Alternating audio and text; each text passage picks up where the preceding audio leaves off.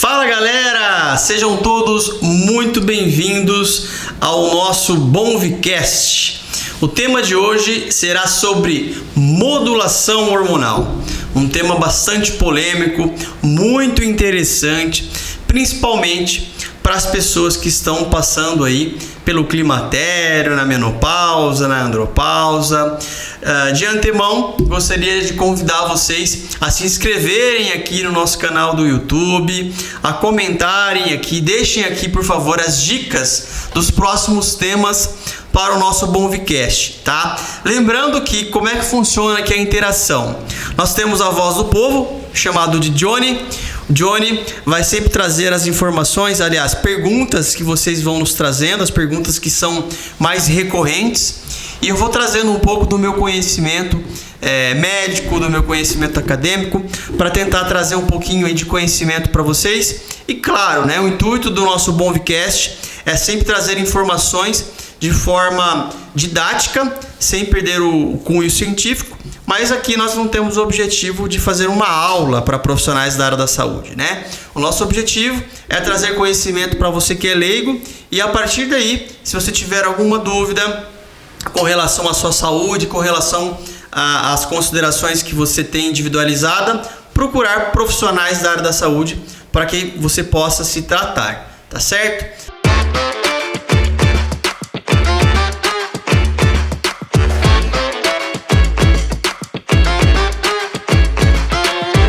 Johnny, vamos lá. Você já tem aí algumas perguntas. O que o pessoal anda perguntando aí pra gente sobre modulação hormonal? Sim, doutor. Uma das principais perguntas, assim, primeiro, que reposição hormonal é um assunto que o público pede, né? É um assunto... Existem muitas contradições, né? Muitos olhares. Existem alguns colegas que são a favor, outros colegas que são bem assim cautelosos. Existe uma galera que perde a mão com relação ao hormônio e tem o mercado underground, né? Tem a galera que faz aí modulação hormonal, reposição hormonal à torta direito com hormônios de quinta categoria e que o barato na grande maioria das vezes sai muito caro. Então é comum a gente atender aqui no consultório alguns aliás, não é tão comum assim, já foi mais comum, tá? A gente encontrar pessoas que às vezes conseguem lá o hormônio na farmácia, não na farmácia, né? No personal trainer, naquele cara que às vezes ali vende no mercado negro, na academia, e às vezes vem com uma série de alterações aí advindas desses hormônios para que a gente possa corrigir. E também é comum às vezes encontrarmos pacientes que fazem modulações hormonais com outros profissionais da área da saúde, mas não tem o devido acompanhamento. E aí, às vezes, os pacientes têm muitas dúvidas, têm muitos efeitos colaterais e sequer eles foram avisados sobre esses possíveis riscos. Então, é um assunto que vai render aí bastante interação. Eu acho que bastante engajamento aí com o pessoal, porque eu acho que está faltando conteúdo sobre isso, né, de uma forma mais clara e mais objetiva. Com certeza, até se puder, doutor, devido às perguntas aqui, as pessoas têm um pouco de receio, algumas, um pouco de medo também. E uma das principais perguntas que a gente tem aqui é quando a reposição hormonal ela é indicada? Você citou algumas situações em que é possível estar fazendo a reposição hormonal, tanto através de um outro profissional, mas quando, na sua visão, a reposição hormonal é indicada para um paciente? Tá. É simples, né? Se você se apegar à palavra reposição hormonal, é simples de entender, né? Reposição vem do verbo repor. É um verbo transitivo direto, né? E o que é repor? É você devolver aquilo que você tinha, né? Você tinha ali um hormônio X, numa quantidade X. Ao passar do tempo, ou por uma série de condições, você teve um declínio desse hormônio, então você precisa repor aquilo que está em deficiência, em déficit, tá? Existe uma diferença entre reposição e modulação, tá? A gente pode falar um pouquinho mais sobre isso lá na frente. Então, para que seja feita uma reposição hormonal, primeiro tem que ter uma indicação médica. É preciso nós entendermos qual é o cenário hormonal deste indivíduo, quais são as indicações que ele tem e qual é o objetivo desse paciente nesse tratamento, né? Então, existem situações isoladas em que nós temos que analisar de uma forma bem criteriosa a indicação desses hormônios. Então, Então, por exemplo, existem várias pausas hormonais ao longo da nossa vida. A mais conhecida é a tal da menopausa, né? Tem a andropausa no homem, que a gente vê poucas pessoas dando atenção, e temos a menopausa na mulher, que é o período em que a mulher está ali no climatério, que parou de menstruar e tem ali uma série de desordens hormonais, né? Estendendo um pouco mais sobre um dos principais objetivos de uma modulação hormonal, que é a menopausa, é preciso a gente deixar alguns conceitos bem claros aqui, né? Então, por exemplo, as mulheres, elas nascem com uma quantidade limitada de folículos ovarianos. Esses folículos ficam lá nos ovários das mulheres, né? São dois órgãos, né, que produzem hormônios, 85% dos hormônios femininos, tá? Então as mulheres, conforme elas começam a menstruar, né, lá no início da 12 anos, 13, às vezes 14 anos de idade, a cada ciclo menstrual que se passa, ela vai diminuindo essa quantidade de folículos ovarianos, até que chega um período em que elas desenvolvem o climatério. E o climatério é um período que se estende, né, por 10, 12, 13, 14, 15 anos. Então, durante o climatério, que é a fase que separa a idade fértil da idade não fértil, a idade reprodutiva para a idade não reprodutiva, existem ali uma série de alterações hormonais que a gente pode conversar, e a menopausa é uma das fases do climatério. Menopausa nada mais é do que uma mulher que fica 12 meses sem menstruar. Isso é menopausa. Então a menopausa está dentro do climatério, que é uma fase que separa a mulher da idade fértil para a não fértil, por conta de uma insuficiência ovariana. Existem situações em que as mulheres entram na menopausa de forma precoce, tá? De 5 a 10% delas podem desenvolver, na verdade, de 5 a 10% podem entrar na menopausa de forma antecipada e de 1 a 2% de uma forma precoce. Então, abaixo dos 45 anos, nós classificamos como uma menopausa precoce. Então, evidentemente, se essa mulher não tiver contraindicação, ela tem que fazer modulação hormonal. Então, a menopausa é uma das indicações, né, desde que ela não tenha outras contraindicações para hormônios, para que a gente possa fazer uma reposição, ou melhor, uma modulação hormonal. Bacana, doutor. De forma bem sucinta, se você puder falar, quais seriam uma dessas formas da mulher ter de forma precoce essa menopausa? O que poderia acarretar? Tem algum fator que pode impulsionar ou acelerar isso? Na verdade, né, existem poucos estudos, poucas evidências acerca do porquê que as mulheres entram na menopausa de forma precoce. Tá? Existem fatores que falam da questão genética da mãe, né, de ter um estilo de vida ali, alguma coisa que a mãe, um estilo de vida não, um fator genético para isso. Existe a questão do estilo de vida, tá? E existem situações em que essa mulher, às vezes ela entra numa menopausa por conta de uma cirurgia que ela fez de retirada dos ovários. Então ela teve uma menopausa induzida, que é um outro conceito diferente, tá? Mas tudo isso a gente consegue identificar através de exames laboratoriais e mais do que isso, através da clínica do paciente, né? Então existem vários sinais e sintomas que a gente pode conversar um pouquinho mais, que nos trazem a ideia de que a mulher está passando pelo climatério. Bacana. Na verdade, não faz tanto parte assim da pauta e nem das perguntas aqui. A minha dúvida foi mais porque você citou como eles são responsáveis por, às vezes, mais do que 80%, foi isso? Dos hormônios produzidos pelas mulheres. Os ovários, isso. Algumas acabam entrando, então, de uma certa forma, jovens adultas acabam entrando na menopausa e, às vezes, por achar que isso só vai acontecer lá na frente, elas já estão com uma desregulação hormonal sem saber, né? Exatamente. Algumas entram de forma antecipada e outras de forma bem precoce. E aí acontece que existem até teorias. Nós fizemos aí um bom podcast sobre as teorias do envelhecimento, né? Lá eu cito que existem algumas teorias que falam da questão hormonal. Porque primeiro, né, segundo essa teoria hormonal, nós temos declínios hormonais para depois nós sofrermos o processo de envelhecimento. Segundo essa teoria. Por quê? Porque conforme a gente vai diminuindo a nossa quantidade de hormônios, nós vamos começando a desenvolver sinais e sintomas que são próprios do envelhecimento. Então, por exemplo, a mulher na menopausa, ela tem um risco maior para o desenvolvimento de osteoporose, de osteopenia e depois evoluir para osteoporose. A mulher na menopausa, ela tem um risco maior para o desenvolvimento de depressão. A mulher na menopausa tem um aumento de risco para doenças cardiovasculares. Caramba, a mulher entra na menopausa, a vida começa Na verdade, a mulher sofre desde coitada, né? Desde que elas, sei lá, se entendem por gente, né? Porque tem menstruação, tem gravidez, tem cólica, né? Coitadas. Aí tem filhos, amamentação, aí vem climatério, aí vem a pós-menopausa. Eu entendi assim uma conexão desse nosso assunto nesse Bonficast de hoje com aquele do envelhecimento que são sinônimos. Então a questão da perda hormonal, da diminuição hormonal está diretamente ligada ao envelhecimento, precoce ou não. Eles andam juntos. Eu comentei contigo sobre uma teoria. É uma teoria que alguns aceitam, outros não aceitam, mas elas têm relação, tá? Durante o processo de declínios hormonais, nós vamos sofrendo processos de deteriorizações do nosso corpo, né? Ósseo, cardiovascular, porque muitos dos nossos órgãos, eles se regeneram na vigência de uma quantidade X de hormônios.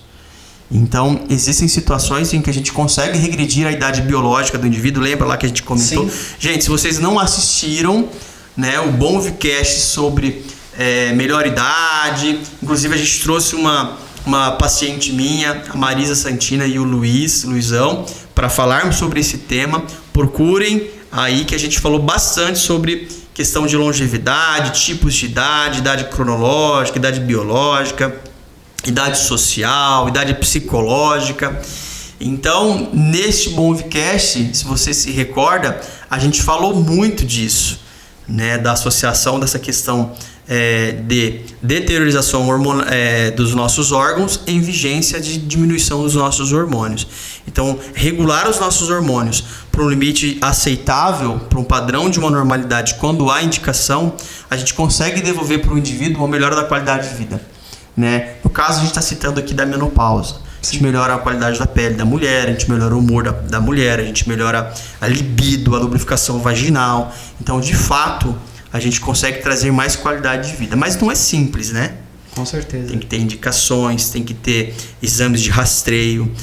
Quando houver contraindicações, nós temos que respeitar isso. Então, não é todo mundo que sai por aí fazendo modulação hormonal. Tem que ter as indicações. E respondendo aquela pergunta que você me fez, né? A menopausa é uma das indicações, desde que ela não tenha outras contraindicações. Você citou no início, doutor, que a menopausa, você citou a menopausa e a andropausa, como sendo alguma das pausas que a gente tem. Você poderia pontuar para a gente quais são essas pausas? Tá, existem algumas outras pausas, né? Por exemplo, a melatopausa, que é a diminuição da melatonina. Melatonina é um hormônio que é produzido lá pela nossa glândula pineal, né? Que além de ser um poderoso antioxidante, né? Um potente antioxidante, regula o nosso ciclo sono e vigília. Então, conforme a gente vai envelhecendo e de acordo com o nosso estilo de vida, a gente tem uma diminuição, né, da produção de melatonina. Por isso que virou uma febre por aí, né? A suplementação de melatonina para melhorar a qualidade do sono. Também temos a tireopausa, que é a diminuição de hormônios tiroidianos, de hormônios, né, que regulam o nosso metabolismo. Você já deve ter ouvido falar por aí que conforme a gente vai envelhecendo, o nosso metabolismo desacelera. Vai ficando mais difícil para emagrecer, para ganhar massa muscular. Sente na pele até. Sente na pele. Então a gente tem uma diminuição progressiva. Lógico que, né, em algumas dessas pausas, as oscilações não são tão grotescas como a menopausa, mas são pausas que vão acontecendo ao longo do tempo. Tá? Aí tem a somatopausa, tem a eletropausa, né? Tem a diminuição da produção de GH ao longo do tempo. E a andropausa, né? Que é a diminuição progressiva de hormônios sexuais masculinos, principalmente a testosterona. Diferente da mulher, o homem ele não tem uma insuficiência gonadal, ele não tem uma insuficiência testicular. Então, até, 100 anos de idade, ele consegue engravidar. Ele consegue fecundar um óvulo, né? Claro que nas devidas proporções, porque nós homens não temos essa questão de insuficiência de produção de espermatozoide. Já as mulheres têm uma insuficiência ovariana. Então, a pausa hormonal na menopausa é muito mais palpável do que, às vezes, na andropausa, no homem. Mas isso não quer dizer que o homem não está livre das consequências dessas pausas hormonais. Então, quais são os sintomas, por exemplo, de um indivíduo na andropausa? O paciente começa a ficar mais choroso, mais emotivo. Por quê? Há uma diminuição progressiva da testosterona. Alguns trabalhos nos mostram que nós homens, depois dos 35 anos de idade, diminuímos cerca de 1% o nível de testosterona por ano. Tá? Então, ao passo que nós vamos diminuindo a quantidade de testosterona, a quantidade de estrogênio vai aumentando também, né? Então, não sei se você conhece aquele cara que era assim um demônio quando era novo. Começou a ficar um santo, mais tranquilo. Virou, né, um anjinho depois de velho. Entendeu? Talvez um dos responsáveis também seja essa questão hormonal. Mas eu citei essa questão de humor, né? Dessa questão de testosterona e estrogênio. Mas tem outros sintomas, né? Libido diminui, cansaço, metabolismo. Assim, por busca própria, pesquisa própria, parece que às vezes essa falta de hormônio é muito mais de interesse do público feminino, e tem muito mais coisas sobre o público feminino do que o masculino, né? Mas esse exemplo que você perguntou, assim, se eu conheço alguém, eu já percebi na área profissional mesmo. Se a pessoa era extremamente ativa, aguerrida, ia pra cima e do nada começou a ficar uma pessoa mais, morna. São vários fatores, né? Tem a questão, às vezes, de acomodar um pouco mais, de já ter conseguido atingir alguns objetivos na vida pessoal, na vida profissional, mas, de fato, tem essa questão, né, de diminuição hormonal, que diminui a motivação também, né? Sim. Mas voltando para essa questão de reposição, doutor, a gente está falando aqui um pouco do que ela é e os tipos de pausa, mas como que é feita essa reposição? Quais são as formas que é possível ser feita a reposição hormonal? Tá, as formas, primeiro, né, existiu um indivíduo, que você já deve ter ouvido falar, chamado Hipócrates. Sim. Hipócrates é conhecido como o pai da medicina moderna. Então, há cerca de 350, 400 anos antes de Cristo, existiu um indivíduo chamado Hipócrates, que fez o juramento de Hipócrates, e ele nos trouxe ali uma frase derivada do latim, que significa primum non nocere, primeiro não causar danos.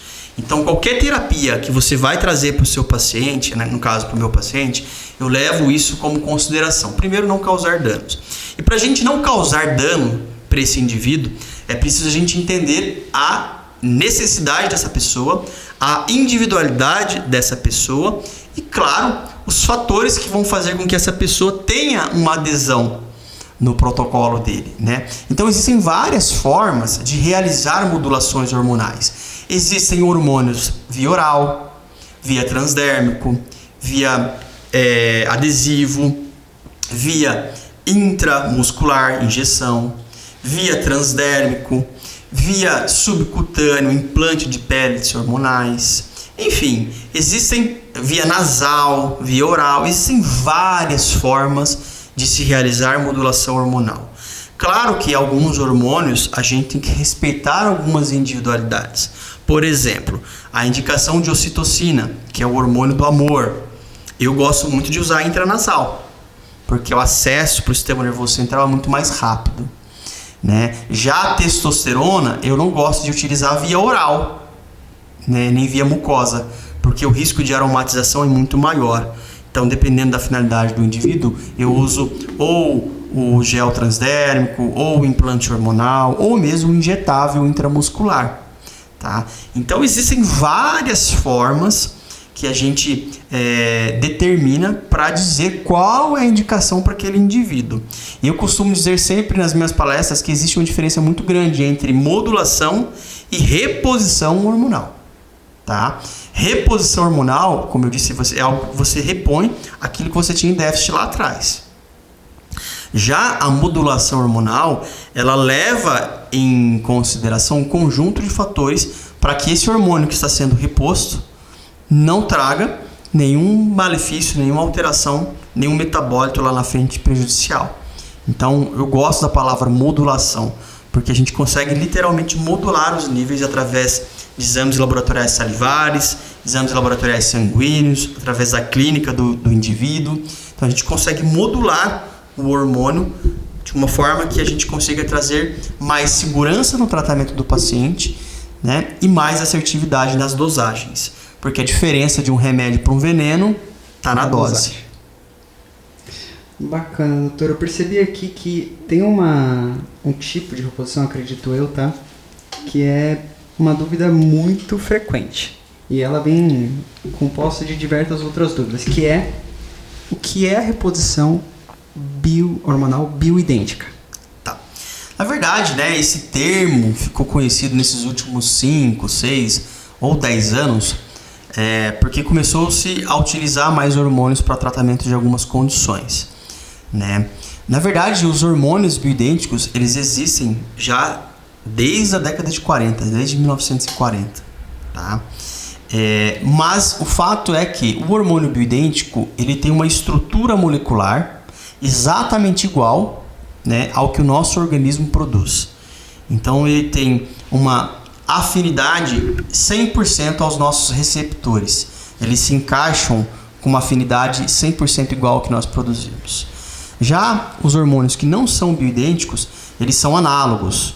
Eles são substâncias próximas ao hormônio que nós produzimos. E essa substância pode trazer alguns efeitos colaterais indesejáveis, tá? Mas os hormônios bioidênticos, a definição é essa: são hormônios com estrutura molecular, estrutura bioquímica exatamente igual ao que o nosso corpo produz. Agora, isso não quer dizer que o hormônio bioidêntico ele seja 100% inócuo. Eu comentei que a diferença do remédio para o veneno está na dose. Sim. Então existem vários processos que levam a um up and down regulation, um processo de feedback positivo, feedback negativo no nosso cérebro, para saber se esse hormônio tem uma afinidade, se nesse momento você precisa daquela quantidade XYZ daquele hormônio. Então, o hormônio bioidêntico, ele é mais seguro, mas ele é um hormônio, ele é um mensageiro químico. Pode não ser para todo mundo, no caso. Pode não ser para todo mundo. Tem que ter uma indicação e tem que ter um controle.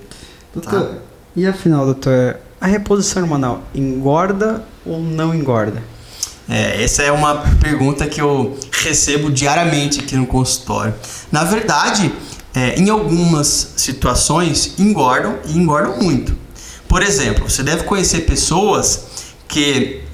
meninas que começaram, que a mãe colocou lá o anticoncepcional lá com seus 13, 14 anos para o controle de acne, né, que levou lá na ginecologista, a ginecologista passou para controle de pele, acne, e começaram a engordar. Sim. Né? Já deve ter alguém que você conhece que teve esse processo. Então, existem alguns hormônios que aumentam a retenção de líquido, existem alguns hormônios que aumentam a fome. Então, por exemplo, a testosterona é um esteroide anabolizante, ele é anabólico. Então, quando você faz uma modulação hormonal para um indivíduo que tem uma necessidade de testosterona, ele vai comer mais. E comendo mais, ele vai entrar no superávit calórico. Ele vai acabar ingerindo mais calorias. Se esse indivíduo não treinar, ele vai engordar. Ele vai engordar com muito mais facilidade. É muito comum a gente encontrar isso em algumas pacientes que fazem implantes hormonais, né, que foram conhecidos aí de uma forma que eu acredito pejorativa, né? Chip da beleza. Sim, né? já ouvi falar. São pellets hormonais. Na verdade, esse chip da beleza, em algumas situações, pode não ser tanto da beleza assim. Pode ser from hell, né? Pode ser do mal. Porque se a paciente não treina, não come direitinho, não tem um estilo de vida saudável, ela vai engordar. Ela vai ter acne, ela vai ter queda de cabelo. E às vezes o tiro pode sair pela culatra. Tá. Isso daí então tá totalmente ligado àquela coisa que a gente escuta, assim, a gente começa na academia totalmente inexperiente e a galera fala que você começa a tomar qualquer porcaria e para de treinar, você engorda. Tem muito a ver com isso, porque na maioria das vezes você está tomando alguma coisa para ganho de massa muscular de forma desregular, e aí você não começa a treinar, mas o hábito alimentar aumentou e você continua ganhando peso sem saber por quê, porque você desregulou o hormônio, é isso? Na verdade sim, né? Quando a gente faz uma academia, Primeiro, eu costumo brincar no consultório com os pacientes, né? Que assim, academia, eu adoro academia, eu faço, sempre fiz, eu amo de paixão, mas do ponto de vista estético, ele é muito ingrato, né? Quantos anos aí você que está nos assistindo foi lá na academia, treinou, se dedicou, comeu direitinho, chegou no shape legal, beleza, ficou 3 meses aí na academia, volta dos, quase que na estaca zero, né? Por quê? Porque o nosso corpo, ele tem um processo de adaptação. Claro que tem a questão da memória muscular, né? Você vai treinando, você pausa, seu corpo volta mais ou menos o que você estava antes, mas quando você volta a treinar, você volta com uma resposta mais rápida.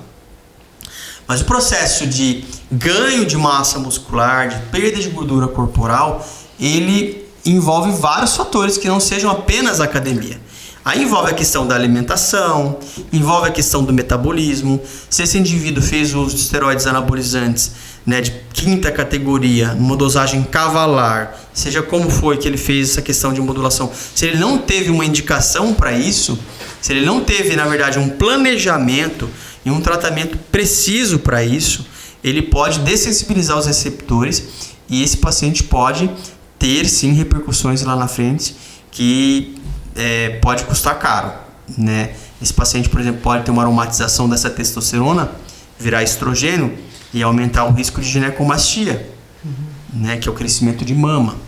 Isso não quer dizer que todos os indivíduos que vão fazer modulação hormonal vão ter isso. Então, tudo vai depender da dosagem do hormônio, da indicação, do tempo e dos fatores individuais de cada indivíduo. Toda terapia tem que ter indicação e tem que ter um controle preciso, principalmente para hormônios. Na sua resposta já dá para quebrar um monte de pergunta aqui, porque eu vejo que muita coisa é mito, né, relacionada à reposição hormonal.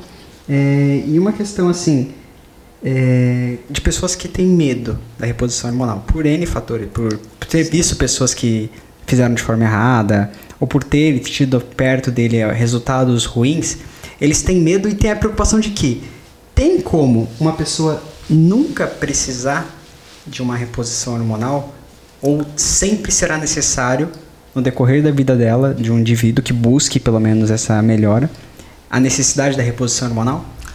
É uma pergunta difícil de se responder, né? Porque existem algumas linhas na medicina que elas não se convergem. Então existe uma linha que é a linha da prevenção, que não espera o indivíduo entrar numa doença para tratar. Essa é a linha que eu compactuo, né? Que tem uma visão mais integrativa, mais holística do paciente. Não esperar que o indivíduo adoeça para tratá-lo, então trabalhar de forma assistencial, mas também de forma preventiva. E tem a linha de profissionais que tratam a doença, tá? Então, assim, na minha opinião, todo mundo precisa modular em algum momento da vida, tá? Principalmente se essa pessoa não tiver contraindicações. Agora, é importante os indivíduos, os pacientes, ou você que está nos assistindo, entender que existe uma linha de raciocínio para uma modulação hormonal. Então, o hormônio, para ele deflagrar uma reação bioquímica, ele precisa ser sintetizado, né? Ele precisa ser transportado por um transportador, uma proteína, uma albumina, um SHBG, um CBG, enfim. Ele precisa ser transportado porque um hormônio, aqui nós estamos falando dos esteroides, né? É feito de gordura. Gordura não dá com água, é hidrofóbico, né? Então ele precisa de uma proteína para carrear, né? Então ele precisa ser sintetizado, ele precisa ser transportado, ele precisa se ligar a um receptor para deflagrar ali uma reação bioquímica, né? Então, quando você vai fazer uma modulação hormonal no indivíduo, é importante saber todo esse processo, desde a síntese ou da introdução de hormônio, até o processo de se ligar ao receptor-alvo e até o seu processo de metabolização.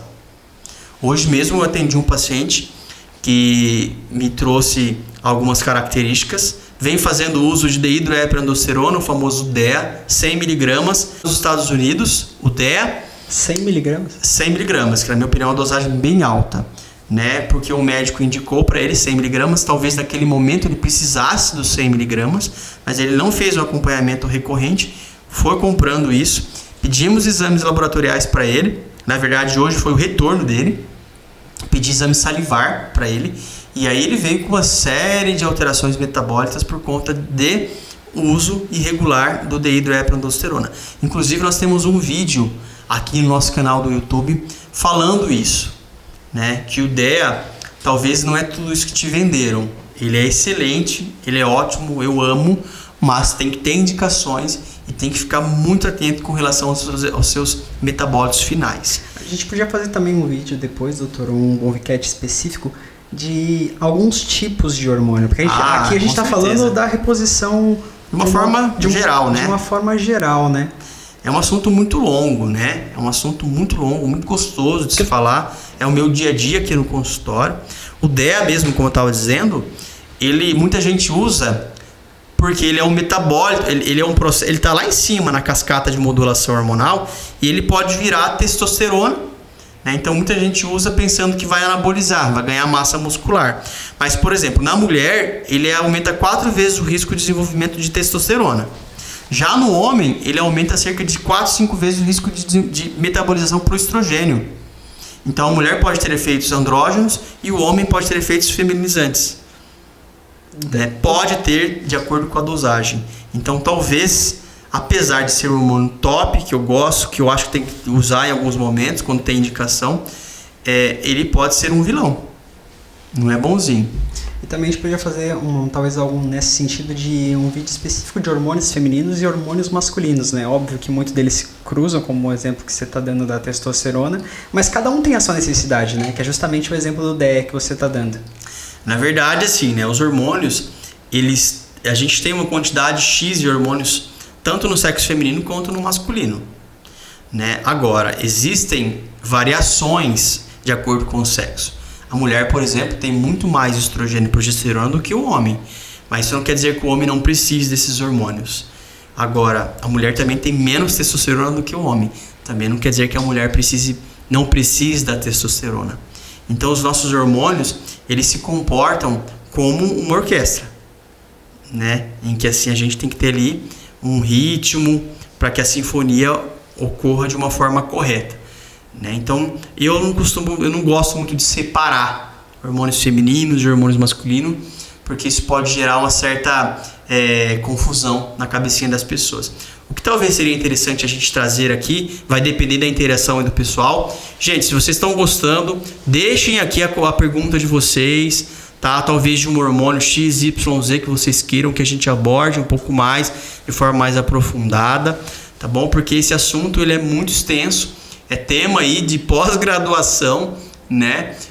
A ideia, como eu disse lá no início do vídeo, é a gente trazer aqui alguns conceitos gerais sobre modulação hormonal para que você nos traga aí quais são as suas dúvidas, para que você procure o seu médico, para que você procure o seu atendimento e trate isso de forma individualizada, tá? Então deixe aqui os comentários se vocês estão gostando. Curtam aí o vídeo, encaminhem o vídeo aí para os seus amigos, para os seus familiares, porque com certeza esse vídeo pode estar fazendo sentido para outras pessoas também, assim como está fazendo para você. Então acho que dá para a gente fazer isso, Johnny. Dá para a gente pegar essas perguntas aí do público, né? Assim como você já traz as perguntas que já são mais comuns, para que a gente possa talvez trazer vídeos específicos das perguntas mais específicas, né, sobre os hormônios. Eu tenho uma pergunta agora aqui, doutor, que ela é meio conjunta, tá? Que é a questão do seguinte: a reposição hormonal, ela pode causar câncer? E quem já teve qualquer tipo de câncer pode fazer a reposição hormonal? Também outra... Você pode dividir em duas perguntas ou de uma forma geral, porque as duas envolvem a questão de câncer. É uma pergunta muito difícil de falar também, porque existem algumas linhas, né, um pouco mais antigas, que falam sobre a relação do desenvolvimento de câncer. Existem muitos trabalhos científicos que na época eles eram validados, mas hoje eles já caíram por terra. Então, inclusive, isso é um assunto para um vídeo isolado. Mas, enfim, o câncer, ela é uma doença multifatorial. Eu não posso escolher o tipo de câncer que eu quero ter. Eu quero morrer de câncer de estômago. Johnny, você vai morrer de câncer de testículo. Né? Não, para desenvolver um câncer, nós temos que ter componentes genéticos, nós temos que ter um polimorfismo genético que compõe ali o nosso genoma, que é o conjunto de moléculas de DNA que compõe o ser humano. Então, você precisa ter um polimorfismo genético para isso. E você tem que ter gatilhos para esse polimorfismo se expressar para desenvolver esse tal desse câncer. Tá? Existem alguns hormônios que são justamente esses gatilhos. Então, por exemplo, mulheres que têm um risco aumentado para o desenvolvimento de câncer de mama e que a gente vai fazer um teste genético com polimorfismos genéticos, e esses polimorfismos, se eles derem positivos, essas pacientes têm contraindicação absoluta para o tratamento de modulação hormonal. Isso é meu dia a dia aqui. Então eu encaminho vários pacientes para um mastologista que é amigo meu, tanto aqui em Campinas como em São Paulo. E aí a gente sempre troca essa figurinha sobre essa questão de polimorfismos genéticos, se essa paciente vai colher mais benefícios do que possíveis malefícios com relação à terapia hormonal. Tá? O mesmo se aplica para a questão do câncer de próstata, né? Eu falei do de mama para mulher. Não existe nenhum trabalho científico que comprove que testosterona cause câncer de próstata. O que se sabe é que, na verdade, o contrário, a deficiência da testosterona pode trazer isso. Eu vejo muitos colegas tendo medo de repor hormônio quando o paciente tem indicação para isso, porque ele teve um pai ou um tio que teve câncer de próstata, né? Então, nós temos muito embasamento científico para isso. Por exemplo, um paciente para desenvolver um câncer de próstata, ele tem que ter um fator genético para isso, tem que ter um estilo de vida para isso. Na verdade, o que aumenta o risco de câncer de próstata são metabólitos da testosterona, como ditestosterona, e um aumento da sensibilização dessa próstata por hormônios estrogênicos, principalmente estrogênio, né? Existem exames de rastreio, ultrassonografia que a gente pede para avaliar a questão da próstata, o tamanho. Existem exames de antígeno prostático específico, que é o PSA, para a gente avaliar essa questão de desenvolvimento de câncer. Então, existem alguns conceitos que são retrógrados, que a gente precisa revisar, a gente precisa atualizar. E a medicina, ela é uma ciência de verdades transitórias. O que a gente sabe hoje, pode ser que daqui 20, 30, 40, 50 anos caia por terra, que mude.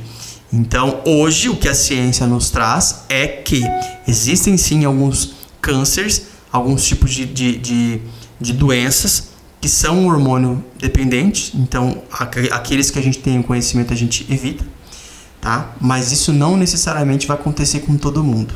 Então, se você não tem nenhum histórico para desenvolvimento de câncer hormônio dependente e você tiver uma indicação, não tem por que eu não te modular por medo. Entendi. Esse medo ele tem que ter um porquê. E é fácil você ter medo quando você não conhece. Ou, né, você sair prescrevendo hormônio à torto à direito quando você não sabe do risco que você está correndo. Né? Quando você não tem conhecimento, você vai fazendo. Né? E aí, às vezes, essa falta de conhecimento pode trazer repercussões negativas para o paciente. Além dessa questão da identificação do polimorfismo genético, a predisposição, existe alguma outra situação, doutor, algum outro tipo de caso que seria interessante evitar a reposição hormonal? Ou que a reposição hormonal não é indicada? Existem algumas situações, né? Por exemplo, o paciente, com alguma doença, um tipo de câncer que não tenha nada a ver com o hormônio. Tem um indivíduo com leucemia. Um paciente que está em tratamento, né, para melhorar essa questão de medula óssea, etc, etc. Existem alguns hormônios que não são indicados, porque eles aumentam, por exemplo, a produção de algumas células sanguíneas, células da imunidade. Então, existem várias contraindicações que não sejam apenas o câncer. Assim como existem outras indicações que não sejam apenas a deficiência do hormônio. Por exemplo, tem pacientes meus com HIV, com síndrome consumptiva, com tuberculose, com uma série de doenças que levam a uma caquexia, a uma sarcopenia, uma diminuição de massa muscular esquelética, e o uso de esteroides anabolizantes, principalmente bioidênticos, numa dosagem individualizada, pode realmente trazer muita qualidade de vida para esse indivíduo. Por quê? Porque o hormônio ele tem que ser entendido, né, como um mensageiro químico com funções distintas em vários tecidos. Então, não apenas como um mensageiro químico responsável pelo desenvolvimento de uma função. A vitamina D, por exemplo, ela é considerada hoje um hormônio. Ela desempenha funções hormonais. Se ela fosse descoberta hoje, ela chamaria-se hormônio D e não vitamina, né? Dado a sua composição e a sua atuação em todo o nosso sistema, principalmente o sistema imunológico, né? Como sistema antioxidante. Existem várias doenças que se expressam, por exemplo, em vigência de uma deficiência de vitamina D. A própria depressão é uma delas. Os países nórdicos têm um risco aumentado para o desenvolvimento de depressão, porque eles ficam um pouco tempo expostos ao sol. E o sol, né, nós temos uma irradiação ultravioleta do tipo B, que incide lá na nossa pele. Nós temos uma enzima chamada 7-desidrocolesterol, que converte que em contato com a irradiação UVB, traz para a gente a produção de uma pré-vitamina D3, que quando chega lá no nosso fígado, no nosso rim, converte em vitamina D ativa. Essa vitamina D expressa mecanismos de ações em vários órgãos, né? Nos olhos, no cabelo, na pele, né? Eu trato, por exemplo, algumas pacientes com atrofia vaginal com óvulos de vitamina D. Melhora muito o epitélio vaginal. Você vê, né? Então tem várias aplicabilidades. O hormônio é vida, desde que muito bem indicado. Pegando essa questão do exemplo que você deu da vitamina D, você usou um exemplo de países distintos, né? E a deficiência do hormônio, no caso, como ele interfere. Como que o estilo de vida da pessoa, porque às vezes a gente pode estar no Brasil e a pessoa simplesmente não tem exposição solar nenhuma, mas como que o estilo de vida da pessoa interfere diretamente na questão da reposição hormonal? No caso da vitamina D, é fácil, né? Nós vivemos num país tropical, mas 80% dos meus pacientes têm deficiência de vitamina D3. Por quê? Carro tem sulfilme, passa um protetor solar o tempo todo, né? Não se expõe nem 10, 15 minutos ao sol. Existe toda uma campanha de prevenção do câncer de pele, né? Para se evitar o sol, também é um assunto muito polêmico, né? O sol ele é importante para que a gente possa adquirir não só a vitamina D, mas com uma série de outros metabólitos finais do contato com a pele. Agora, tudo que é excessivo aumenta o risco para o desenvolvimento de patologias, né? Então, não estou falando para você ficar torrando, para a gente ficar torrando no sol do meio-dia todos os dias. Não, 10, 15 minutos, expor um pouco a nossa pele ao sol, tá? Então, o estilo de vida, por exemplo, indivíduo que é tabagista, sedentário, obeso, aquele indivíduo que tem péssimos hábitos alimentares, que, por exemplo, treina muito durante a noite, tem um excesso de cortisol durante a noite. Cortisol é um hormônio catabólico, é um hormônio que engorda, é um hormônio que quebra músculo, né? Ele não é um hormônio anabólico. Então, o estilo de vida, ele de fato pode trazer sim declínios hormonais, né? E principalmente declínios mais expressivos para quem tem uma predisposição. Então, você pega um indivíduo, por exemplo, nessas condições que eu te comentei, ele tem múltiplas queixas. E às vezes essas múltiplas queixas não são apenas de um hormônio, mas de um conjunto de hormônios. Eu comentei agora há pouco sobre a melatonina. Sim. A melatonina é um hormônio que ele trabalha basicamente em conjunto com o cortisol. O cortisol trabalha em conjunto com dehidroepiandrosterona. Se você treina muito musculação de noite e você vai dormir com cortisol alto, você vai ter uma diminuição de melatonina. Melatonina é muito importante para a qualidade do sono. Se você não tem uma boa qualidade de sono, você não tem uma produção adequada de GH. GH é um hormônio do crescimento, um hormônio anabólico. Então você vai ter uma diminuição da massa muscular esquelética. Você vai ter um efeito contrário daquele que você está buscando, no caso. Por conta de um estilo de vida. Pensando nisso, então, doutor, o que você poderia dizer assim, para quem está nos ouvindo agora, o que de forma alguma não fazer ou o que fazer com certeza para ter uma qualidade dessa questão hormonal sem que a gente acelere esse processo? Porque, pelo que eu entendi, o fato de eu treinar errado e dormir errado, eu estou potencializando uma necessidade de repor um hormônio daqui a pouco. Primeiro, né, se cuidar. Procurar o médico. Você deu o exemplo das mulheres, a menopausa. As mulheres, elas vivem mais, né?